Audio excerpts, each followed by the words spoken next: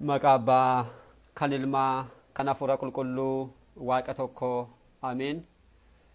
Dhiifamaa fi tolummaa isaanuuf baay'isee waaqayyo abbaan keenya akka baay'ina cubbuu keenyaa osoo hin taane akka tolummaaf akka dhiifama isaatti eegee tiksee hanga isaatti kanaatti kan nu ga'e maqaan isaa qulqulluun guddaa kan galatoomeef kan ulfaate nuuf haa ta'u. Maatiiwwan waaqayyoo ijoolleen haadha keenya qulqulleettii Dubroo Maariyaamii bakka adda addaa taa'uudhaan sagalee kana kan dhaggeeffattan maqaa gooftaa keenyaa fayyisaa keenyaa Iyesuus Kiristoosiin nagaan isin gaafadhaa akka isaatti bakka jirtanitti akkam bultanii akkam ooltanii akkam galgaleessitanii ameen. Galateeffamuun amala uumaa keenyaa fayyisaa keenyaa Iyesuus Kiristoos kan ta'e maqaan isaa baddaa samii irratti afaan qulqulloota ergamoota isaatiin afaan qulqulloota abbootii keenyaa akkasumas afaan qulqulloota harmoolii keenyaadhaan kan galateeffamu nu birattis maqaan isaa guddaa kan galatoomeef kan ulfaate nuuf haa ta'u. Deessuu gooftaa keenyaa haadha hunduma keenyaa qulqulleettii Dubroo Maariyaamii akkasumas qulqulloota ergamoota waaqayyoo qulqulloota abbootii keenyaaf harmoolii keenya hundumaa akka kennaa isaaniitti isaaniifis galannii fi ulfinni isaaniif haa ta'u. Egaan maatiiwwan waaqayyoo barumsa keenyaa jireenyaa fi hojii gaarii kiristaanummaa kan jedhuun boqonnaa lammaffaa hundeewwan hojii gaarii kiristaanummaa eegallee jirra. Achi keessaatu seerota wangeelaa 6 kan jedhuun guyyaa darbee seera wangeelaa kan lammaffaa kan ta'e waa'ee ejjaa ilaalchisuudhaan hawwii ejjaa ilaalchisuudhaan gara dubartii in ilaaliin laphee keessattis immoo in ejjiin kan jedhu ilaallee akka turre ni yaadatama. Guyyaa har'aa immoo sakana kutaa sadeeffaa yookiin immoo seera wangeelaa sadeeffaa kan ta'u haadha manaa kee dhiifama haadha manaa kee sababa ejjaa malee hin hiikin kan jedhu guyyaa har'aa kan ilaaluudha kan ta'u jechuudha. Egaan seerota wangeelaa 6 keessaa inni kun sadeeffaatti kan argannu haadha manaa kee sababa ejjaa malee hin hiikin kan jedhu jechuudha.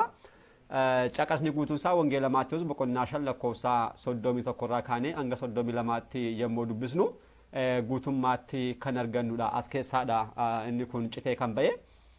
Caqasni guutummaa isaa haala kanaatiin barreeffame maal jedha? Haadha manaa isaa kanii hunduu xalayaa isheedhaaf kennee haayiku jedhameera. Ani garuu isiniinan jedha sababa ejjaa malee haadha manaa isaa kaniiku inni mataansaa ejjituu ishee taayisaa. Kanii kamte kan fuudhus immoo ejjeera jechuudhaan gooftaan keenya lallaba tulluratti kan barse keessaatudha jechuudha. Haadha manaa kee sababa ejjaa malee hin hiikin kan jedhu as keessaatti citee kan ba'edha jechuudha. Egaan kaayyoon caqasa kanaa maalidha? Kaayyoon abboommii kanaa kaayyoon seera kanaa maali kan jennee gaafa laallu salphaanumatti kaayyoon isaa maalidha? Gaa'ilaan ta'uu kan ta'an abbaan manaa fi haati manaa deebi'anii adda ba'uun kan hin danda'amne ta'uu isaa kan barsiisudha salphaanumatti jechuudha. Gaa'ilaan qaamni lamaan tokko erga ta'anii booda deebi'anii adda ba'uu akka isaan hin qabne kan agarsiisudha.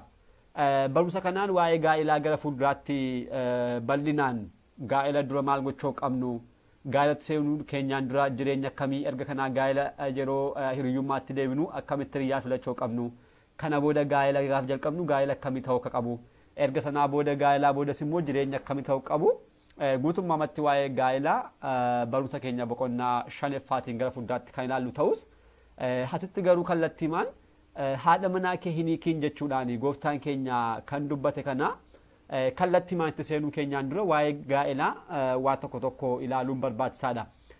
Gaa'illi maalidha? Gaa'illi icciitiiwwan yookiin immoo sirnoota mana kiristaanaa keenyaa 7 keessaa isa tokko yommuu ta'u barumsi kun yookiin immoo icciitiin kun icciitii maalidha? Icciitiitti kiristaanonni 2 yookiin immoo qaamonni 2 jechuudha. Dhiirri tokko fi shamarri tokko qaama tokko kan isaan ittiin ta'an jechuudha. Kunis immoo qulqulluu kan ta'e kabajamaa kan ta'ee fi waaqayyoon kan eebbifamedha. Durseema waaqayyoo maal taasiseera? Hewaaniif addaamiif eenyuun uume? Hewaaniif immoo addaam erga uume booda isaan lamaan qaama tokko ta'uudhaan akka isaan jiraatan taasiseera. Kun immoo dhuguma gaa'illi waaqayyoon kan qulqullaa'ee fi waaqayyoon kan eebbifame ta'uu isaanitti agarsiisa. Gooftaan keenyas maal jedheera? Abbaa manaa fi haati manaan foon tokkodha malee 2 miti. Egaa waaqayyoo ta'uu kan taasise namni adda hin baasin jechuudhaan wangeela Maatiyuus boqonnaa 19 faarratti immoo dubbisnu kana ni arganna. waaqayyo gaa dursee waa'ee gaa'elaa gaafa laallu jalqabuma akka kaasuudhaaf jaalle abbootii keenya warreen duraa Addaamiif waan irraa kaasuudhaan akkasumas immoo kakuu moofaa keessa kanneen turan abbootota baay'eef harmoolii baay'ee gaa'elaan eebbifaman akka isaan jiraataniidhaaf kan eebbiseef gaa'ela isaanis immoo kan qulqulleessedha. Kanaaf kakuu haaraattis immoo akkuma kana foon uffatee mul'achuudhaan barsiisuu qofaadhaan osoo hin taane mana gaa'elaatti illee dabalee argamuudhaan jechuudha. Mana dookimaatti argamuudhaan wangeela Yohaannis boqonnaa 2 akkuma argannu maal eebbiseera? Gaa'ela eebbiseera jechuudha. Kanaafuu kun gaa'elli kun dhuguma qulqulluu ta'uusaa haala kanaatiin gooftaan keenya barsiiseera. Gaa'ela kana keessaatii abboonni mana kiristaanaa geggeessan ni argamu, phaaphaasonni, luboonni ni argamu, darbanii mootonni biyya dursan kanneen biyya geggeessan ni argamu. Jireenya isaanii guutummaadhaan immoo waaqayyoodhaan kanneen gammachiisan jireenya isaanii waaqayyoodhaaf kanneen kennan jechuudha. Monoksoonnis asuma keessaa kan argamanidha. Hundumtuu jechuudha sanyiin namaa hundumtuu gaa'ela kanarraatti waanta argamuufi dhuguma gaa'elli eebbifamaa ta'uusaa haala kanaatiin kitaabni qulqulluun nutti himaa jechuudha. Egaan gara barumsa keenyaatti haa deebinuuti.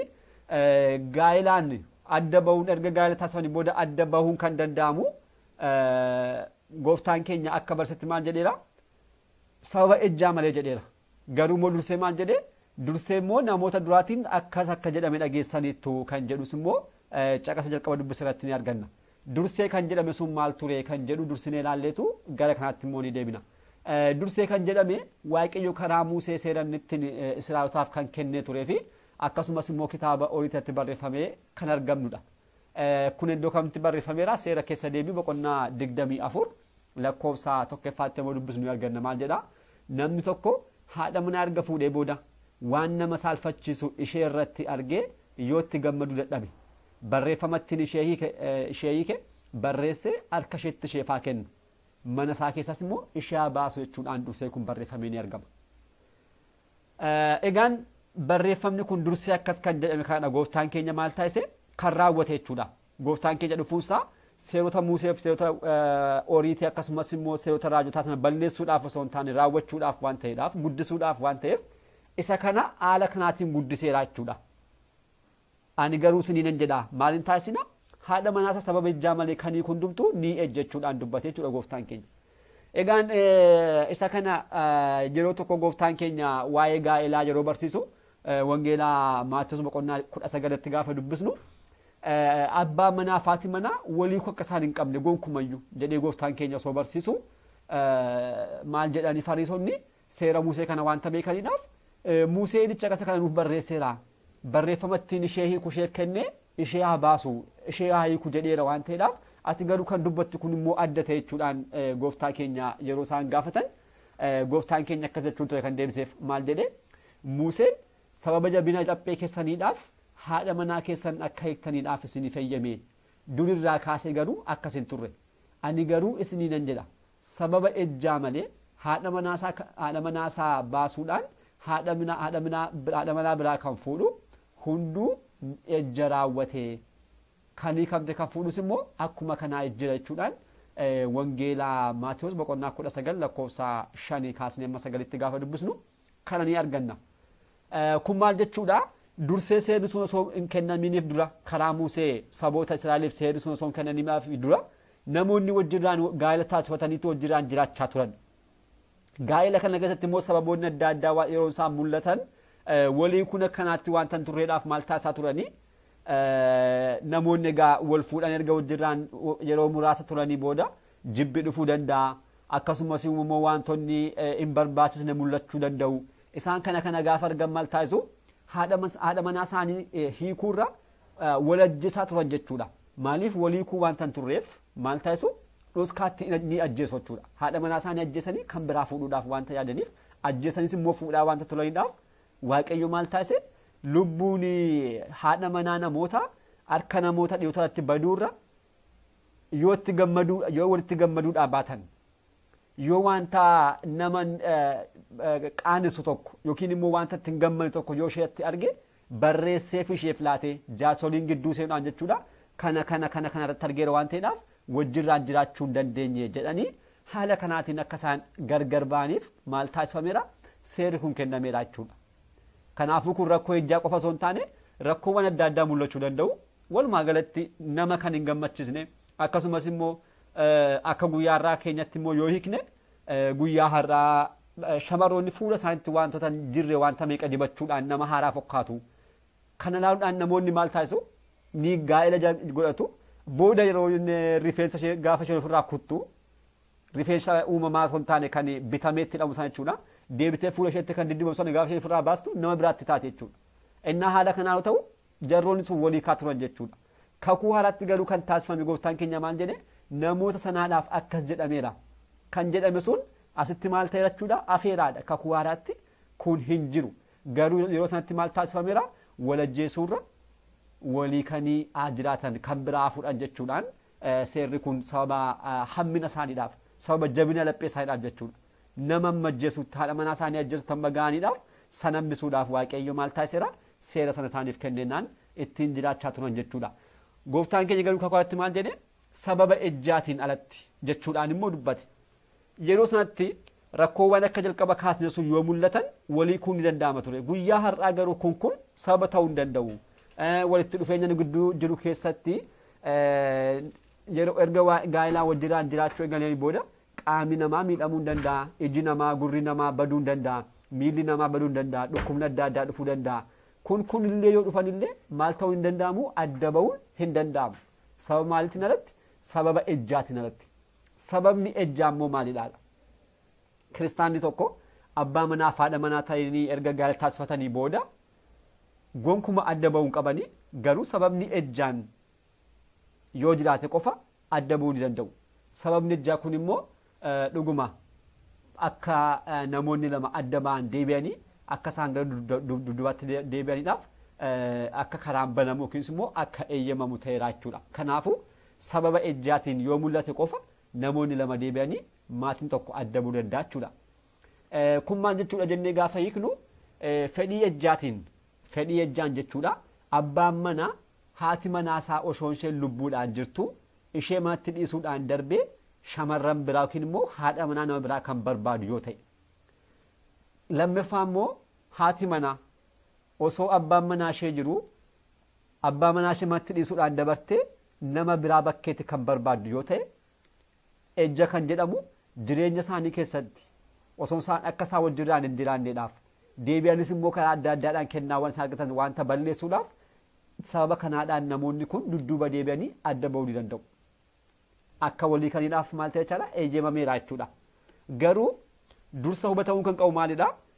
Kallattiimaan namni tokko guyyaa tokko ejja raawwateera waan ta'eedhaaf kana booda isa wajjiraan jiraachuun qabu kan jedhamu immoo akka barsiisa mana kiristaanaa keenyaatti sirrii ta'uu hin danda'u. Maaliif namni ni dogongora. Akkasumallee jireenya gaa'elaa keessatti qormaanonni baay'een ni dhufu. Qormaanni gaa'elli karaa mana kiristaanaa raawwatamu qormaata baay'ee qabaachuu danda'a. Diyaabiloos yeroo hundumaa akka namoonni kun adda baaniidhaaf wanta hojjetuudhaaf dafee namoota kan adda baasuudhaaf raawwata. Kanaaf maaltu barbaachisaadha? Obsi barbaachisaadha. Namni guyyaa tokko yoo dogongore illee abbaan manaa guyyaa tokko yoo dogongore yookiin haati manaa immoo guyyaa tokko isheen dogongorte yeroo gaabbii waliif laachuudhaan obsaan waleeguun barbaachisaadha. Gara abbaa gaabbiitti geessu jechuudha. Kana booda garuu abbaa manaa abbaa gaabbii hin dhaga'u yoo ta'e gaabbii galee sana hin eegu yoo ta'e darbees immoo gorsa gorfame sana hin eegu yoo ta'e isheen shamarris immoo akkuma kan abbaa gaabbii isheen kan ishee gorsu hin dhageessu yoo ta'e dabarsisees immoo gorsa gorfamteedhaaf dhageessana dhiifama isheef taasifame kana fudhattee gara fuulduraatti jireenya sirrii jiraachuun barbaaddu yoo ta'e kallattii maal taasifama gara waliikuutti taasifama jechaadha. Kun immoo maaliifidha? Cubbuu hojjechaa wajjiraan jiraachuurra qaamni tokko qajeelummaadhaan akka jiraatuudhaaf lamaan isaanii cubbuu hojjechaa wajjiraan jiraachuu inni dhiiraa bakkee bayeetu achitti nama biraa kan ejjoo jiraa raawwatu qabaate dhufees immoo qulqullummaadhaan qajeelummaadhaan mana kan jiraattu haadha manaa sadii kanarraa asittis wanta biraa kan raawwatu yoo ta'e jalqaba ofiisaa ejja raawwate lammaffaas immoo ishee ejja raawwachisaa jiraachuudha. Kanaaf qaama kana lamaan keessaa inni tokko qajeelummaadhaan akka fuudhaaf kan lammaffaa immoo kabaja gaa'elaadhaaf gaa'elli namoota lamaan gidduu kan taasifamu erga ta'e booda qaamni kun lamaan qaama tokko kan ta'an waan ta'eedhaaf namni qaama kana lamaan adda kutee bayee dhaqee bakka biraatti wanta barbaadu kabaja gaa'elaa wanta salphisuudhaaf kabaja gaa'elaadhaaf jecha akkuma kanaas immoo kabaja fooniif dhiiga gooftaa keenyaadhaaf jecha namoonni lamaan gaafa gaa'ela taasifatan dhiigaa foon gooftaadhaan wanta taasifamuudhaaf kana keessaa kan ba'an yoo ta'e garuu kana salphisaniiru. Kanaafuu kabaja kanaadhaaf jecha darbanis immoo qaamonni lamaan kun wajjirraan ejja raawwachaa erga jiraatanii booda erga kufanii booda lubbuu isaanii si'ooliif qophaa'urraa qaama tokko oolchuudhaaf maaltu taasifama wal hiikuun ni danda'ama jechuudha. Eeyyamameedha kun sirna mana kiristaanaadhaas haa ta'u gooftaan keenyas immoo wangeela kanarratti amma kan dubbisne haala kanaatiin namoonni kan taasisan yoo ta'e namoonni lama adda ba'uu danda'u jechuudha deebi'anii. Kun maalidhaa lama ta'anii ejjaa wajjirraan jiraachuurra keessumattuu beekamuu kan qabu namoonni lama wajjirraan ejjaan jiraachuurra adda bahanii isheen qajeelummaa barbaaddu haati manaansaa jireenya qajeelummaa ishee jiraattee mootummaa waaqayyoo akka dhaaltuudhaaf yookiin immoo qajeelummaadhaan kan jiraatu abbaan manaa ishee wajjirraan ejjaan kufuurra isheerraa adda bahee lubbuu isaa fayyisuudhaaf mootummaa waaqayyoo dhaaluudhaaf adda bahanii jiraachuu qaban kitaabni qulqulluun ni eeyyamaachuudha. Kun immoo kallattii gooftaan keenya wangeelaa Maatewos boqonnaa 5 lakkoofsa 29-30tti kan dubbate jechi kun jechi maal jedha ija lama qabaattee ibidda gahaannamaatti galuurra ija tokko qabaattee mootummaa waaqayyoo dhaaluu siif wayya kan jedhamu kun karaa tokkos gaafa hiikamu maaldha nama lama taatee osoo waliif hin galiin ejjaa wajjiraan jiraattee ati osoo jaalatin hiriyyaan keessuun bakkee bahee wanta ejjee dhufuudhaaf siinis immoo ejjatti wanta si galchuudhaaf kana taatee lama taatee wajjiraan jiraattee gahaannama galuurra adda baatee qofaadhaan jiraachuudhaan mootummaa waaqayyoo dhaaluu siif wayyaa kan jedhu karaa tokkos immoo haala kanaatiin ni hiikama jechuudha. Kanaafuu ejjaa namni tokko hiriyyaan yookiin abbaan manaa yookiin haati manaan bakkee bahee yookiin bakkee baatee gara maatiitti fiduudhaan qaama sana ejjiin isa mana jiru jechuudha. Sana ejja karaawwatuudhaaf wanta taasisuudhaaf adda ba'uun karaa sirna mana qulqullummaatiin karaa sirna mana kiristaanaa keenya ni eeyyamamaachaadha. Yeroo akkas jennu immoo abaluun ejjeera abaluun ejjiteetti kan jedhamu kan immoo callisneetuma oduu namni fideenuuf kennuudhaan isaa ta'u darbines immoo shakkiidhaan karaa addaadhaan kan taasisnu ta'uun nurra jiraatochaadha. Karaa kiristaanummaa gaafa ilaalu maala dhuguma hiriyyaan sun abbaa manaa ta'u yookiin haadha manaa taatu dhuguma gaa'ela isheedhaan alatti yookiin immoo gaa'ela isaatiin alatti bakkee bahee ejja raawwachuusaa yookiin immoo bakkee baatee ejja raawwachuu ishee sirriitti mirkaneeffachuun jalqaba barbaachisaadha jechuudha. Kana boodadha gara tarkaanfitti kan dhufamu. Isayyuu yeroo gaabbii kennuu fi obsaan eeguu. Maaliif maatiin keessa ijoolleen jiraachuu danda'u. Maatiin suni adda boochuun rakkoo baay'eedha kan inni duubaan fidu waan ta'eedhaaf ijoollee irratti sammuu isaaniitti wanta hin taane wanta kaa'uudhaaf gara fuulduraatti barumsa isaaniidhaaf isaa ta'u deebi'anii guddina isaanii irratti rakkoo guddaa wanta qabaatuudhaaf namoonni kunis immoo matuma isaaniitis immoo jireenya bara baraa kan taate mootummaa waaqayyoo wanta dhabaniidhaaf jalqaba obsaan yeroo gaabbii waliif kennuun barbaachisaadha. Erga deebi'uu didee garuu kana erga mirkaneeffannee booda gara sanaatti kan deebamudha jechuudha. Gara maalitti? Gara adda ba'ummaatti. Kanaafuu sirni mana kiristaanaa keenya kana ni eeyyamte jechuudha. Yeroo baay'ee garuu gara fuulduraatti waa'ee kanaa barumsa gaa'elaa gaafa jalqabnu kan barannu yoo ta'e illee diiyaabiloos garuu gaa'elaa qulqulluu gaa'ela foonii gooftaa keenyaadhaan taasifamu gaa'ela karaa mana kiristaanaa taasifamu baay'ee mormaa. Sana keessattis immoo qormaata baantee wanta baay'isuudhaaf sakanas immoo beeknee yeroo hundumaa adda baasuudhaaf wanta inni yaaluudhaaf kana deemnee beeknee immoo obsaan jaalalaan kabajaan yeroo waliif laachaa jiraachuun immoo kiristaana tokko irraatti kan eegamudha. Sababoonni biroo waliikuudhaaf nama geessan hin jiranii yoo jenne ni jiru. Sababoonni baay'een ni jiru.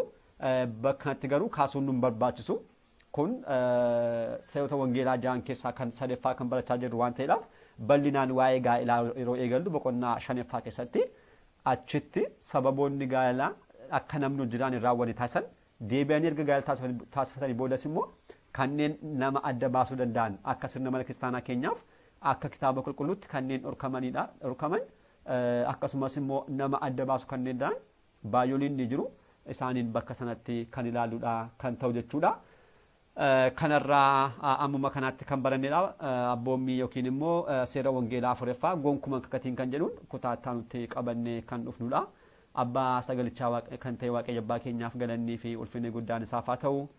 kutaattaa hanga deebinutti nagaa waaqayyootiin turtii gaarii galanni waaqayyoof.